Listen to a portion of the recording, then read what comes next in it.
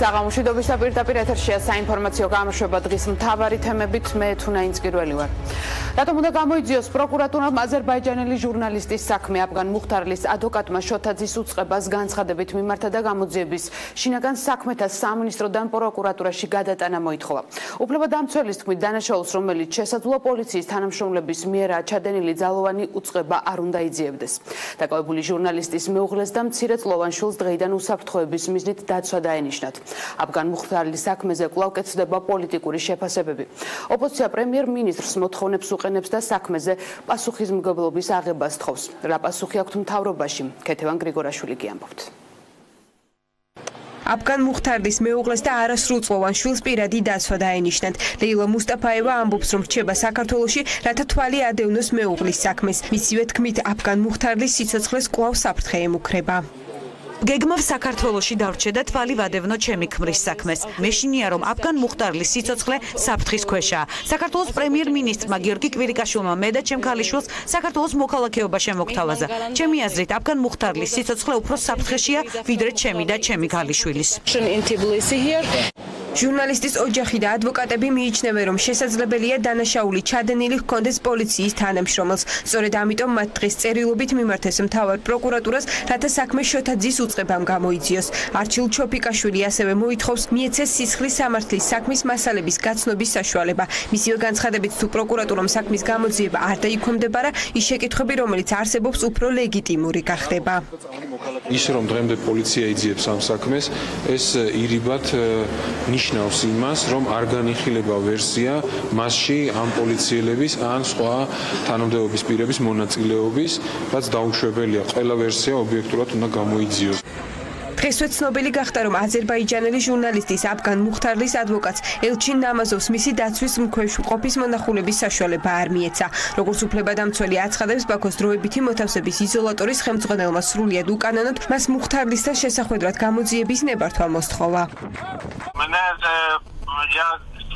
ბაქოს დროებითი მოთავსების იზოლატორის ხელმძღვანელმა აფგან მუხთარლისთან შესახვედრად გამოძიებლების ნებართვა მთხოვა. აღნიშნული მოთხოვნა უკანონოა, ვინაიდან მე როგორც ადვოკატს სასამართლოს ნებართვა მაქვს. ამ ფაქტს აუცილებლად გავასაჩივრებ და ხვალ კიდევ ერთხელ შევეცდები ჩემი დაცვის ქვეშ მყოფთან შეხვედრას.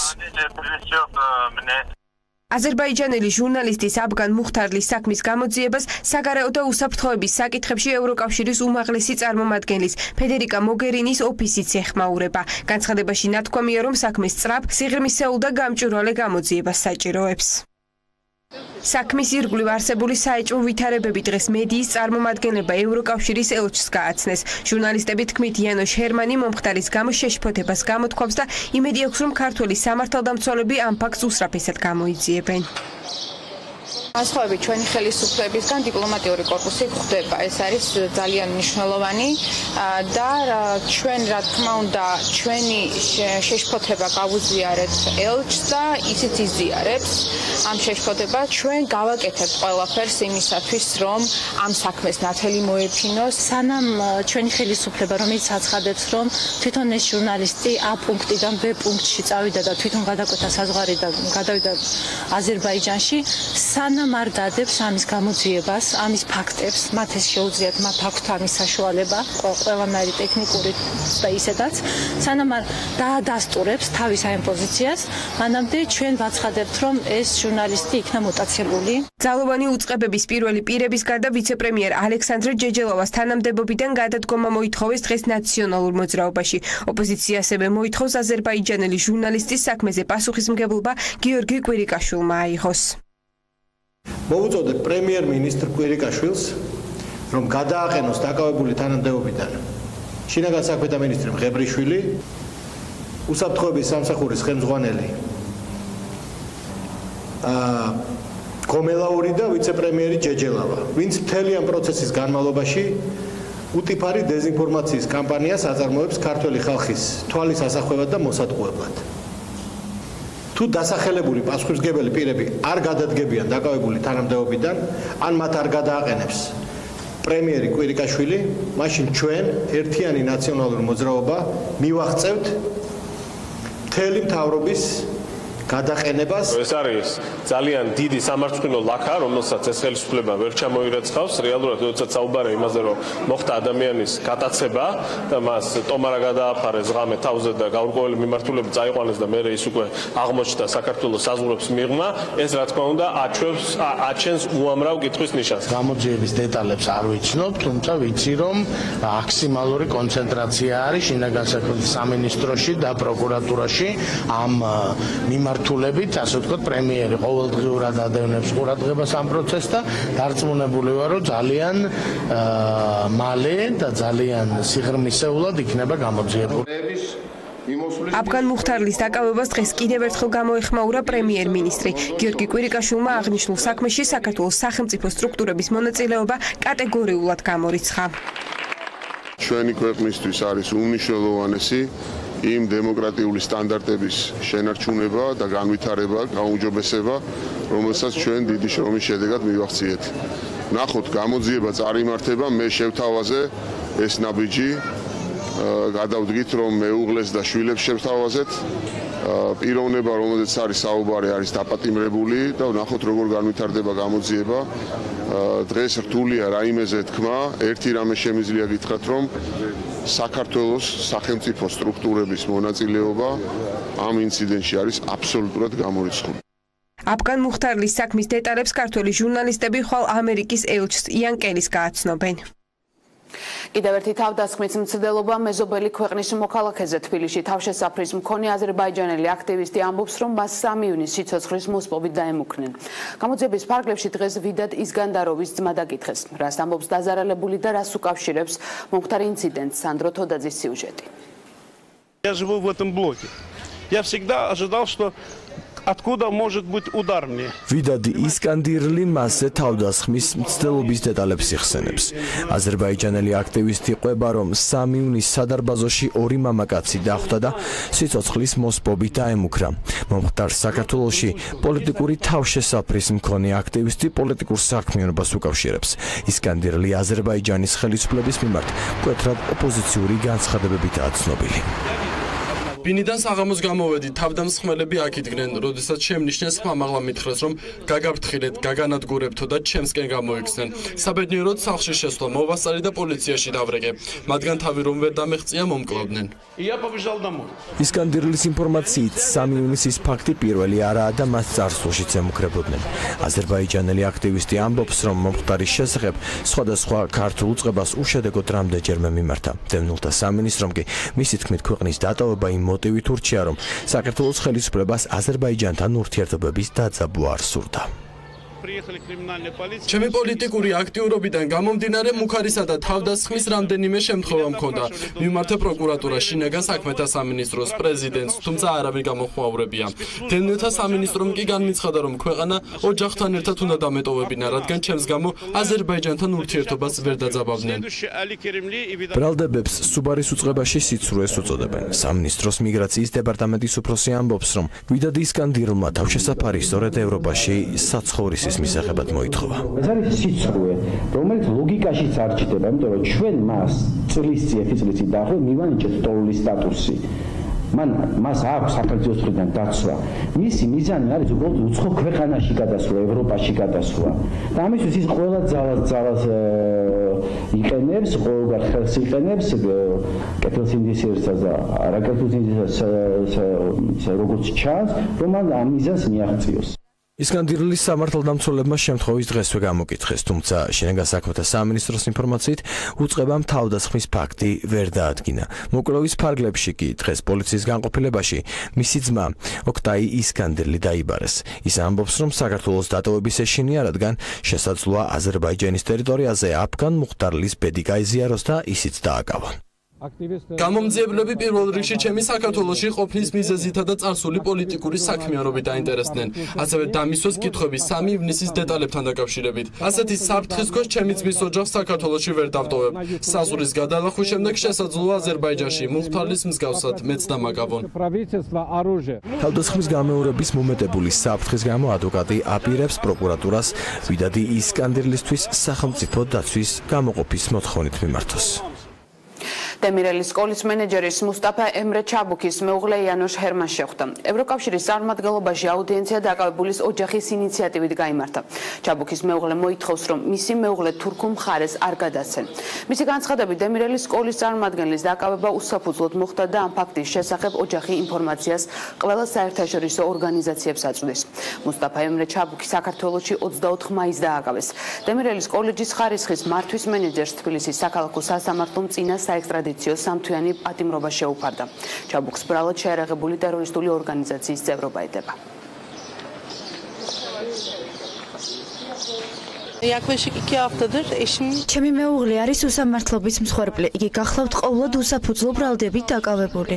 მინდა განვაცხადო, რომ ბოლომდე ვიქნები ჩემი მეუღლის გვერდით. ჩვენ მოვედით აქ იმისთვის, რომ მივაწოდოთ ინფორმაცია, რომ მუსტაფას სიცოცხლეს მისი ექსტრადირების შემთხვევაში საფრთხე ელოდება. საკამათო საკონსტიტუციო ცვლილებათა პროექტზე საკომიტეტო მოსმენების დონეზე განხილვა დაიწყო. პრეზიდენტის არაპირდაპირი არჩევის წესი შესაძლოა 2018 წლის არჩევნებზე ამოქმედდეს. კონსტიტუციაში შესატანი ცვლილების ვადების გარშემო მართულ გუნდში კვლავ აზრთა სხვადასხვაობა.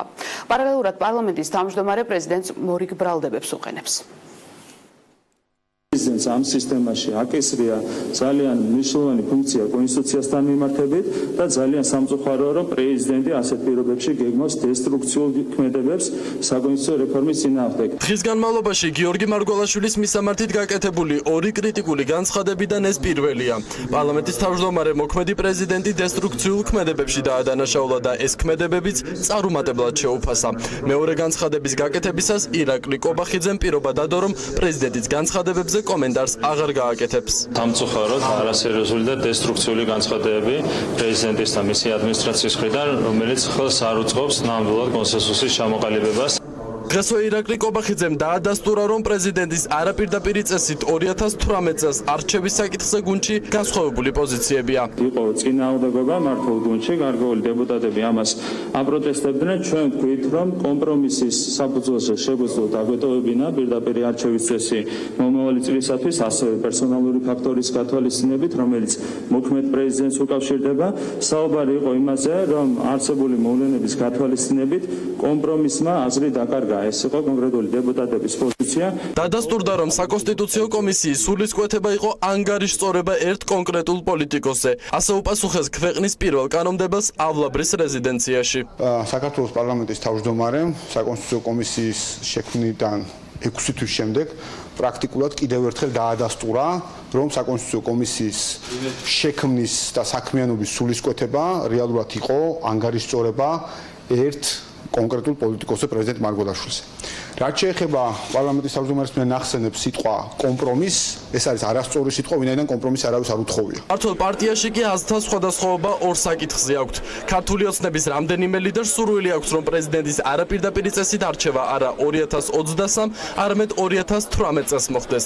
ქართულ ოცნებაში შემავალი მაჟორიტარი დეპუტატები კი მაჟორიტარულიდან პროპორციულ სისტემაზე გადასვლის წინააღმდეგნი არიან. შევართ თავერთილება, რომ უფრო დიდი ნაწილი ფიქრობს შერეული საარჩევნო სისტემის სასარგებლოდ. უბრალოდ ცნობიერებს, რომ შერეული საარჩევნო სისტემა მოქალაქეებს უნარჩუნებს პარტიაში გაწევრიანების გარეშე ხალხის წარმომადგენლის უფლებებს. საბოლოოდ გადაწყვეტილება უნდა მიიღოს საკონსტიტუციო უმრავლესობამ პარლამენტში, ასე რომ თუ უმრავლესობა მიიღებს სხვა გადაწყვეტილებას, აქ ხელის გადაგრეხვის პრინციპით ვერავინ ვერ იმოქმედებს. აქ არ არის პირადად მარგველაშვილის საუბარი, აქ არის ლაპარაკი, რომ მაღალი ლეგიტიმურობის ინსტიტუტმა, პრეზიდენტის ინსტიტუტმა არ უნდა გაიხადოს თავის მთავარ მიზნად სხვა ასევე მაღალი ლეგიტიმური ინსტიტუტებისადმი დაპირისპირება.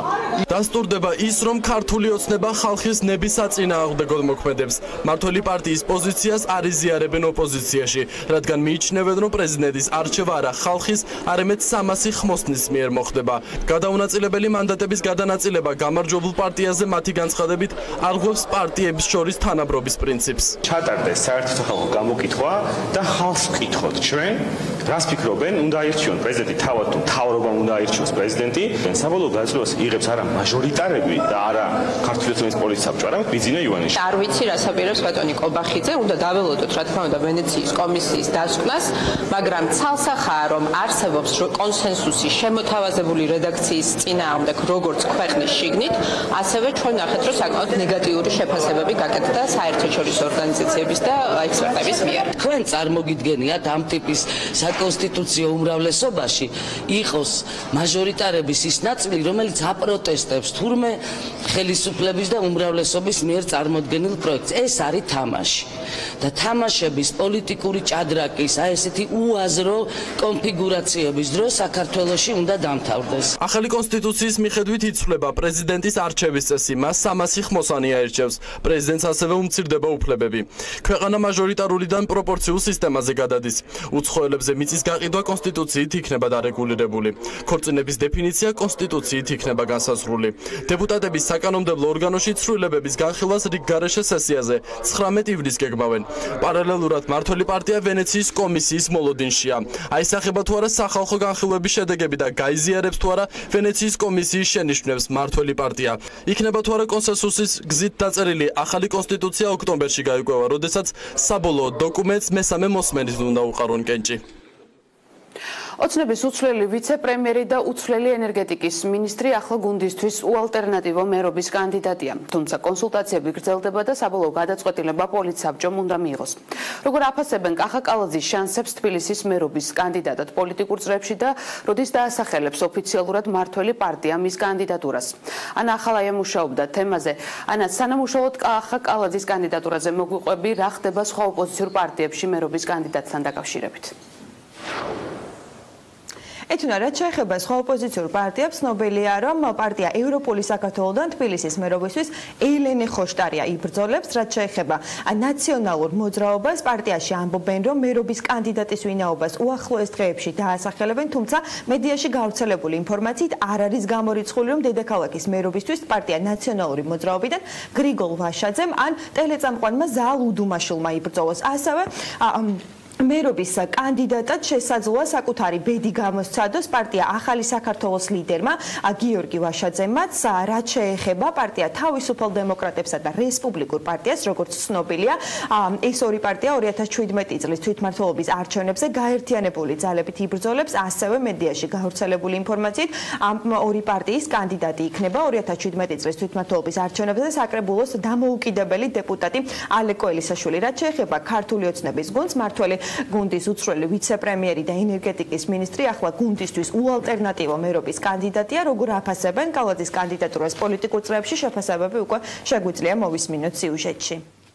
ქართული ოცნებიდან თბილისის მერობის კანდიდატი კახი კალაძე იქნება. მართველი გუნდის უცვლელი ვიცე-პრემიერი და უცვლელი ენერგეტიკის მინისტრი ახლა გუნდისთვის უალტერნატივო მერობის კანდიდატია. ოცნების წევრები ადასტურებენ, რომ პარტიის ლიდერების შეკრებაზე პრემიერმა დედაქალაქის მერობის კანდიდატად თანაგუნდელებს სწორედ კალაძის კანდიდატურა წარუდგინა. მას შემდეგ რაც შედგება პარტიის ქართული ოცნების პოლიტიკური საბჭოს შეხვედრა, შესაბამის ხდომა და მიიღება გადაწყვეტილება, ჩვენ შეგვეძლება ვისაუბროთ უკვე კანდიდატის დადგენასთან დაკავშირებით. ჩვენი გუნდისთვის კახი კალაძე ნამდვილად არის ერთ-ერთი საუკეთესო კანდიდატი, თუმცა აქ პროცედურაა გასავლელი, ასე ვთქვათ, პარტიამ უნდა იმსჯელოს ამ საკითხზე და წარადგინოს კანდიდატი, რაც მოხდება უახლოეს მომავალში. კახი უალტერნატივო კანდიდატია მერობის, თბილისის მერობის, მართველი გუნდიდან, პარტიიდან და აქედან გამომდინარე დაველოდოთ მოვლენებს. მე პირადად ვფიქრობ, რომ კახი არის უალტერნატივო კანდიდატურა დღეს მერობის კანდიდატად.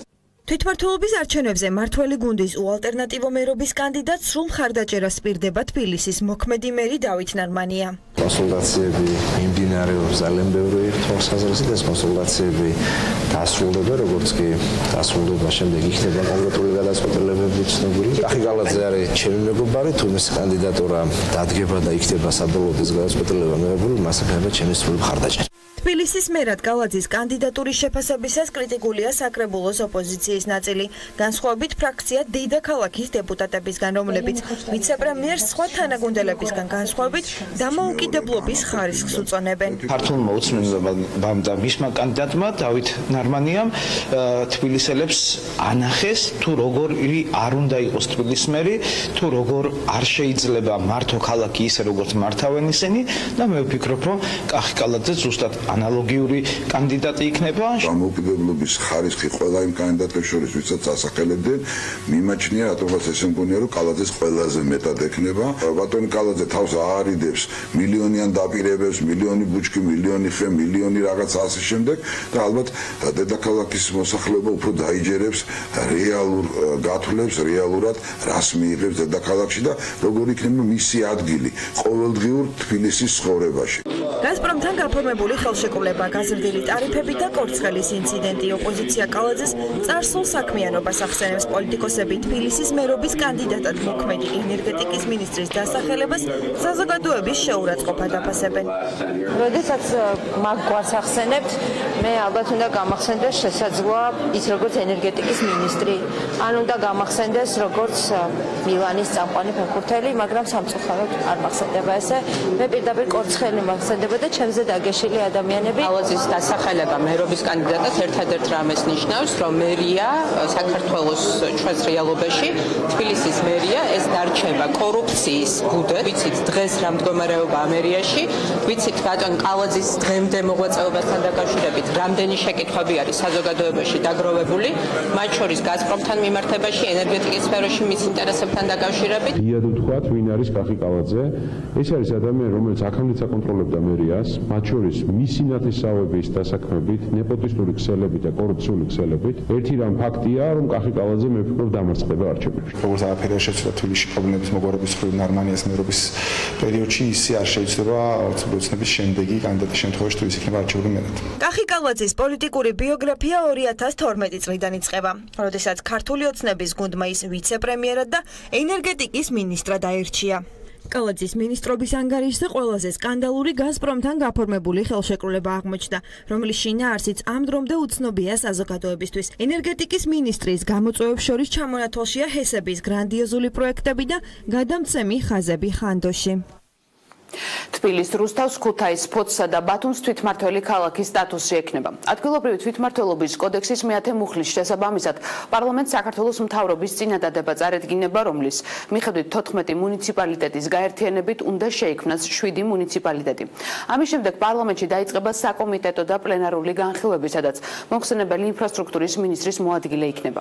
ქალაქ გორისა და გორის მუნიციპალიტეტის გაერთიანებით იქნება გორის მუნიციპალიტეტი.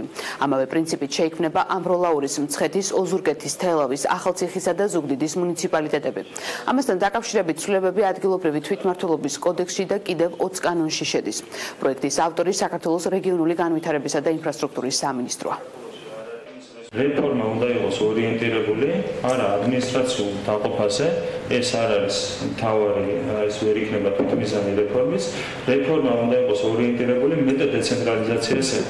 დეცენტრალიზაცია სიტყვა ტერმინი ნიშნავს მეტი უფლებამოსილების და მეტი რესურსის გადატანას ადგილობრივ დონეზე. გაიზარდოს ფისკალური დეცენტრალიზაციის მაჩვენებელი ევროპულ სტანდარტამდე, მინიმუმამდე, რაც პირობითად ნიშნავს იმას, რომ გურჯაანი რო ვთქვით, რომ 10 მილიონი აქვს დღეს ბიუჯეტი, 8 წლის თავზე უნდა ქონდეს მინიმუმ 30 მილიონი. ამ საკითხის დასაბუთება ხდება მხოლოდ ფინანსურ ჭრილში და მხოლოდ ციფრებით. ჩვენ ვფიქრობთ, რომ თვითმმართველი ქალაქების სტატუსების გაუქმება აუცილებლად აისახება ადგილობრივი დემოკრატიის ხარისხზე და ეს არის ძალზე მნიშვნელოვანი და სამწუხაროდ უნდა ითქვას, რომ ეს არა მხოლოდ ჩვენი შეფასება, ვფიქრობ ჩვენი საერთაშორისო პარტნიორების შეფასებაც იქნება სწორედ ასეთი. ყველაფერი არის მიმართული იქითკენ, რომ ქვეყანაში არ უნდა იყოს არც ერთი არჩევითი ორგანო, არც მერი, არც პრეზიდენტი, რომ კონდეთ იმის ძალა პარლამენტის არჩევნებსაც კი გააუქმებდნენ და ალბათ საპარლამენტო ხმოსნებსაც კი დანიშნავდნენ.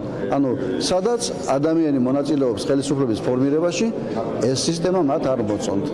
ეს არის მიმართული ხელისუფლების გახანგრძლივებისაკენ. როგორც კონსტიტუცია, ასევე თვითმმართველობის კოდექსი, ასევე ცვლილებების საარჩევნო კანონმდებლობაში და ასე შემდეგ. ოპოზიციამ არც კი იცის რა მიმართულებით წავიდეს, რა გამგებელი ეყოლება, მერი ეყოლება, რამდენი საკრებულოს წევრი ეყოლება, რამდენი მაჟორიტარი ეყოლება, რა თქმა უნდა, ბუნებრივია და იბადება ერთადერთი ეჭვი იმისა და გონივრული ეჭვი, რომ ხელისუფლება ამ ყველაფერს აკეთებს არჩევნებისათვის, იმიტომ რომ ქალაქში ხელისუფლებას გარკვეულწილად უჭირს ზეწოლების მოხდენა მოსახლეობაზე, თემის პირობებში ბევრად უფრო მათთვის ადვილია ამ ზეწოლის მოხდენა. აბსოლუტურად არანაირი საფუძველი არ აქვს, აი აბსოლუტურად სასაცილოა ესეთი არგუმენტები, მეცაც გეტყვით, შევხედოთ არჩევნების პერიოდი მოვა და ავიცი არანაირი პრობლემა არ არის პარტიამ რომ კანდიდატი დააყენოს და კანდიდატს ვერ პოულობთ, სასაცილოა უბრალოდ ეს არგუმენტები და ვერ გავიზიარებთ, ამას ეს არ არის სწორი. ხმაური და ფიზიკური დაპირისპირება პარლამენტში ტერიტორიული მთლიანობის აღდგენის საკითხთა დროებითი კომისიის ხდომაზე, სადაც აფხაზეთის ტერიტორიაზე განათლების სისტემაში არსებულ ვითარებაზე და ქართული ენის უფლებრივ მდგომარეობაზე მსჯელობდნენ დეპუტატ ატა მარშანიას მიერ გაკეთებულ განცხადებას დაპირისპირება მოყვა. დეპუტატის ხდომის დახურვას ითხოვდა, რამაც შეხვედრის მონაწილეების პროტესტი გამოიწვია. შეხვედრის ერთ-ერთმა მონაწილემ ატა მარშანიას მიმართა, რომ ის ციხეში უნდა იჯდეს. თავად მარშანიამ კი მას ურჩია, რომ პროკურატურაში საბრალდებო დასკვნა შეიტანოს. დაპირისპირება მანდატურების ჩარევის შემდეგ განიმუხტა.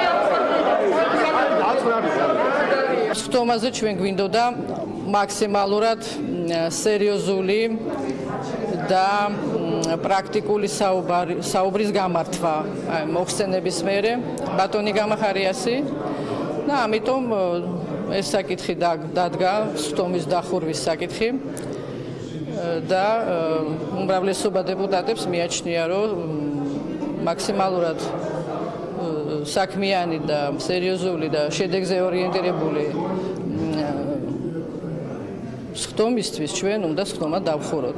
ხდომას დახურვამდე არც მეცულა საქმე, ჩვენ გადავწყვიტეთ, რომ მოусმინოთ, გრძნობათ მივიღოთ მოხსენება და მოხსენებას შემდეგ გავაგრძელებთ კიდე მის განხილვას. რაც შეეხება სტუმრებთან მომხდარ ინციდენტს, ზოგიერთი პარლამენტარის მხრიდან რასაკვირველია, ამას თავის წინაპირობა ჰქონდა.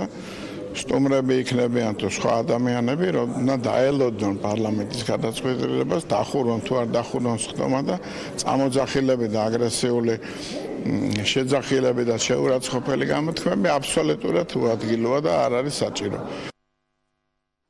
საკადრო ცვლილებები ფინანსთა სამინისტროს საგამოძიებო სამსახურში უწყების ხელმძღვანელი გიორგი ბადაშვილის შესაძლოა მთავარ პროკურატურაში დაბრუნდეს და ირაკლი შოთაძის მოადგილე გახდეს. დღეს დაანონსებული განცხადება კი პოსტის დატოვებასთან დაკავშირებით აღარ გაკეთდა. მოსალოდნელ საკადრო ცვლილებებს ეხმაურებიან პოლიტიკურ წრეებში. მართლგუნდში გავრცელებულ ინფორმაციას ადასტურებენ და ამბობენ, რომ ძალოვან უწყებაში ცვლილებები დაგეგმილია, თუმცა კონკრეტულ ადამიანებზე არ საუბრობენ. ოპოზიციაში კი ფინანსთა სამინისტროს საგამოძიებო სამსახურის ხელმძღვანელზე ყოფილი მთავარი პროკურორის ოთარ ფარცხალაძის გავლენებზე საუბრობენ.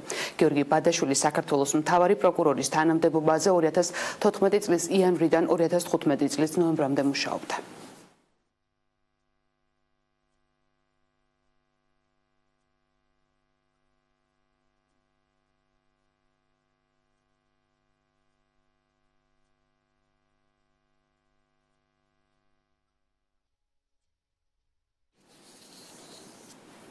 იუსტიციის უმაღლესმა საბჭომ 11 რაიონულ სასამართლოში თავმჯდომარები აირჩია. დღეს გასაუბრება სულ 12-მა კანდიდატმა გაიარა, საიდანაც 11 სასამართლოს თავმჯდომარედ, ერთი კი პალატის თავმჯდომარედ გამწესდა. კანდიდატებმა საბჭოს წევრების ერთპიროვნული მხარდაჭერა მიიღეს. სასამართლოების თავმჯდომარეობის არჩევის საკითხთან დაკავშირებით კითხვები აქვს საიას. არასამთავრობო ორგანიზაციაში აცხადებენ, რომ კანონით არაა გაწერილი თუ რა კრიტერიუმებით უნდა იყოს დანიშნული სასამართლოს თავმჯდომარე, რაც მესამე სექტორში პროტესტს იწვევს. იუსტიციის უმაღლესმა საბჭომ 13 საქალაქო სასამართლოს თავმჯდომარე დღეს 5 წლის ვადით დანიშნა. საბჭომ არასამთავრობო ორგანიზაციების კრიტიკა არ გაითვალისწინა და კანდიდატებს მხარი ერთხმად დაუჭირა. საბჭოს წევრებმა დღეს საკუთარ გადაწყვეტილებაზე და არასამთავრობოების კრიტიკაზე კომენტარის გაკეთება არ ისურვეს. საქმიანობასთან დაკავშირებით დასმულ კითხვებზე მედიასთან საუბარს თავი აარიდეს ზუგდიდის და ბათუმის საქალაქო სასამართლოების თავმჯდომარეებმა. განმარტებები მხოლოდ გასაუბრებაზე გააკეთეს და მათი დამოუკიდებელი საქმიანობის შეზღუდვა კატეგორიულად გამორიცხეს. ამ ნაწილში მეტ კომენტარს არ გავაკეთებ, ბატონებო. ბრალდებებით როცა არიდებთ თავს ამ კითხვებზე პასუხების გაცემას, ეს კიდე დამატებით კითხვებს აქვს. იცით, უწუხარ, იცით შეკითხვები აქვს, სწორედ მამუკა ახვლედიანს და მასთან დაკავშირებულ პირებს. სიტყვის გამო არ გიპასუხებ და მაგას თქვენი სიტყვები არის. მე არ მეთქვამს ეს. პასუხებ ქალბატონად. ბევრი კითხვა არსებობს თქვენი მისამართი.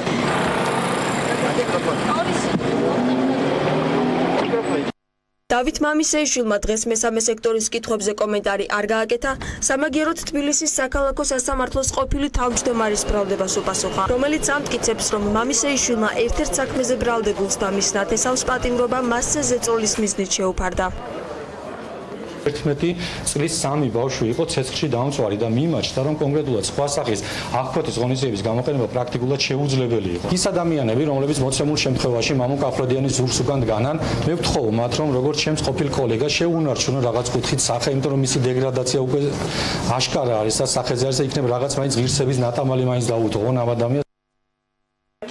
კიდევ ერთი მოსამართლე, რომელიც ქუთაისის საქალაქო სასამართლოს ხელმძღვანელად გაამწესეს, დავით გვრიტიშვილია. მას ხმაურიანი გადაწყვეტილებები უკავშირდება. 2012 წელს გვრიტიშვილმა საპროტესტო აქციაზე დაკავებულ რამდენიმე პირს პატიმრობა შეუფარდა. მაშინ უფლებადამცველები ამტკიცებდნენ, რომ მოსამართლემ პოლიტიკურად მოტივირებული გადაწყვეტილება მიიღო.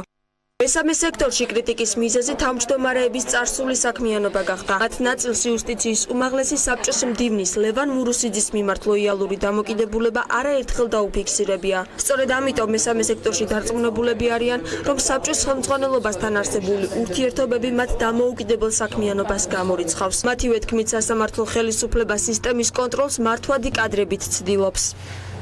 მათ ფაქტობრივად რამდენიმე დღეში ეწურებათ უფლებამოსილების ვადა, მოქმედი შემადგენლობის უმრავლესობას ეწურება უფლებამოსილების ვადა, ისინი ცდილობენ, რომ ძალიან სასწრაფოდ ასევე არარსებული პროცედურების პირობებში დანიშნონ უკვე 5 წლიანი ვადით სასამართლოებში თავმჯდომარეები. არსებობს ლეგიტიმური ეჭვები იმასთან დაკავშირებით, რომ ისინი არიან კარგად გამოყენებული საბჭოს მიერ. ის რომ უფლებამოსილების ვადის ამოწურვამდე მხოლოდ მცირე ხნით ადრე საბჭომ მიიღო ასეთი გადაწყვეტილება, რა თქმა უნდა, მიანიშნებს, რომ ეს დანიშვნები სხვა მიზანს ატარებდა და ეს მიზანი რეალურად იყო ის, რომ საბჭოს გარანტირებული ქონოდა მისთვის სასურველი კანდიდატების დატოვება თანამდებობებს.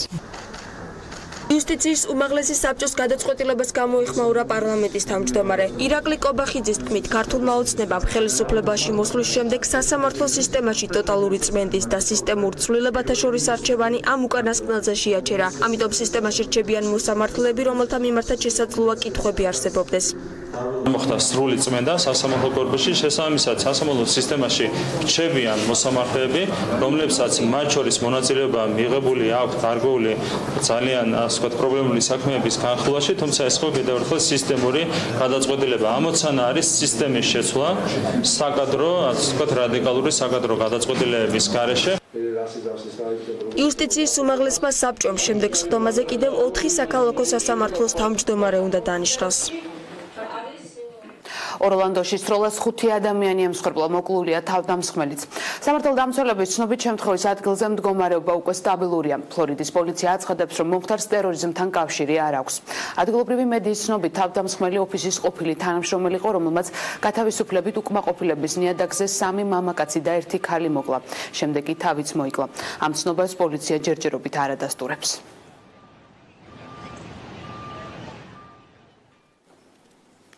ლონდონის ტერაქტის შემსრულებელი ორი პირის ვინაობა ცნობილია, ამის შესახებ BBC წერს. პოლიცია ფოტოებსაც ავრცელებს. ჯერჯერობით უცნობია მესამე პირის ვინაობა, რომელიც ტერაქტის განხორციელებაში ეჭვმიტანილი. ტერაქტის შედეგად დაღუპულია 7 ადამიანი, 48 დაჭრილია, მათ შორის არიან უცხოელებიც.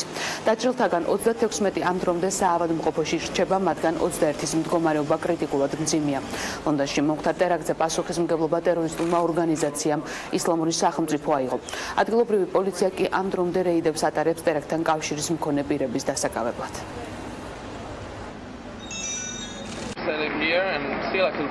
ორი წელია რაც აქ ვარ და თავს მაინც უსაფრთხოდ ვგრძნობ. ძალიან რთულია ასეთ დიდ ქალაქში, სადაც 8 მილიონზე მეტი ადამიანი ცხოვრობს უსაფრთხოების უზრუნველყოფა. ძალიან დიდი მადლობა მინდა უთხრა პოლიციას, მათ ძალიან კარგად იმუშავეს. მიუხედავად იმისა, რომ თავდასხმა მოხდა შაბათს, მათ 8 წუთში შეძლეს ადგილზე მოსვლა. პოლიცია არის მობილიზებული, კარგად არის დაცული აქაურობა. ლონდონი არის საერთაშორისო ქალაქი და ხალხს გონია, რომ ლონდონზე თავდასხმა არის ბრიტანეთზე პოლიტიკური თავდასხმა. ვფიქრობ, ლონდონის სამიზნე გახდა დანარჩენ მსოფლიოში მისი ქმედებების გამო. The attackers were then confronted by the firearms officers. ვადასტურებ, რომ ტერორისტების ლიკვიდაცია 8 პოლიციელმა მოახდინა. ოფიციალური გამოძიება ჯერ არ დასრულებულა, თუმცა წინასწარი მონაცემებით 8 პოლიციელმა დაახლოებით 50 გასროლა მოახდინა. 3 ტერორისტი ლიკვიდირებულია, პოლიციელები კრიტიკულ მდგომარეობაში იმყოფებოდნენ. საქმე პირდაპირი გაგებით სიკვდილ სიცოცხლეს ეხებოდა. მონტენეგრო ნატოს წევრი ქვეყანა გახდა. ნატოში გაწევრიანების ცერემონია ამერიკის სახელმწიფო დეპარტამენტის შენობაში გაიმართა. ტრანსლაცია დეპარტამენტის ვებგვერდზე მიმდინარეობდა. მონტენეგროს სახელმწიფო დროშას ნატოს შტაბ-ბინის თავზე პირველად 7 ივნისს აღმართავენ.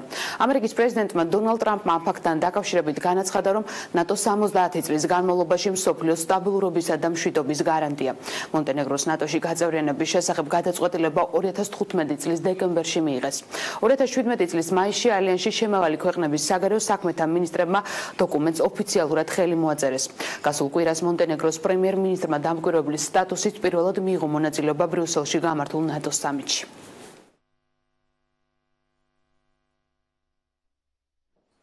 და კვლავ საქართველოს იუსტიციის მინისტრი ლეიბორისტული პარტიის ლიდერს სასამართლოში ღირსების შელახვისთვის უჩივის.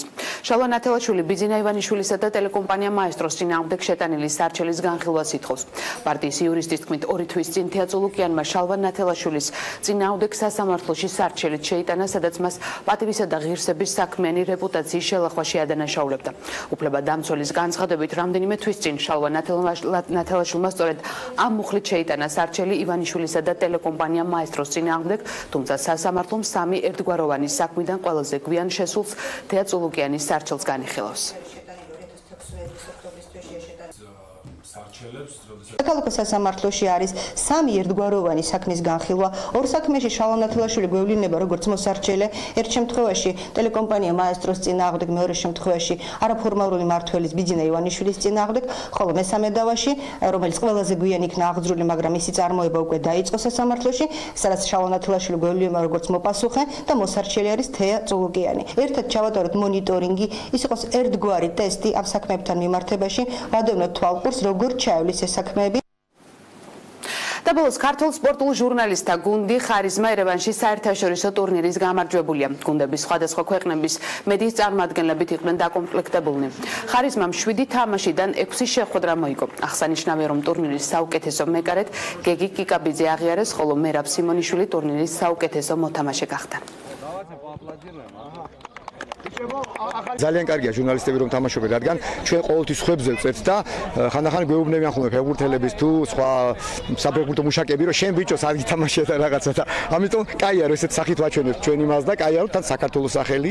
სიხარულოა მოვიგეთ ეს ტურნირი ჟურნალისტებმა, ქართულმა ჟურნალისტებმა, საკმაოდ მძიმე გრაფიკი იყო, მიუხედავად ამისა ძალიან კარგად ვითამაშეთ. სპორტულ ჟურნალისტებთან და მედიის წარმომადგენლებთან ერთად საერთაშორისო ტურნირზე პირველად მივიღე მონაწილეობა და ვიცოდი რომ ფავორიტის რანგში ჩამოვდიოდით, თუმცა არ მეგონა რომ ესე გაგვიჭირდებოდა. მადლობა ყველას, ვინც წვლილი შეიტანა აქ წამოსვლაში და ძალიან ბედნიერი ვარ, რომ ჩემი დებიუტი გამარჯვებით დასრულდა. ერთი წყალობით 2 ბურთი შევაგდე და ჩემპიონები გავხდით. იმედია რომ საერთაშორისო ტურნირის ბათუმი ან თბილისი უმასპინძლეთ საომავლო და იქაც ჩემპიონები გავხდებით. მე ამ ინფორმაციით ხვალამდე გემშვიდობებით, ნახვამდის.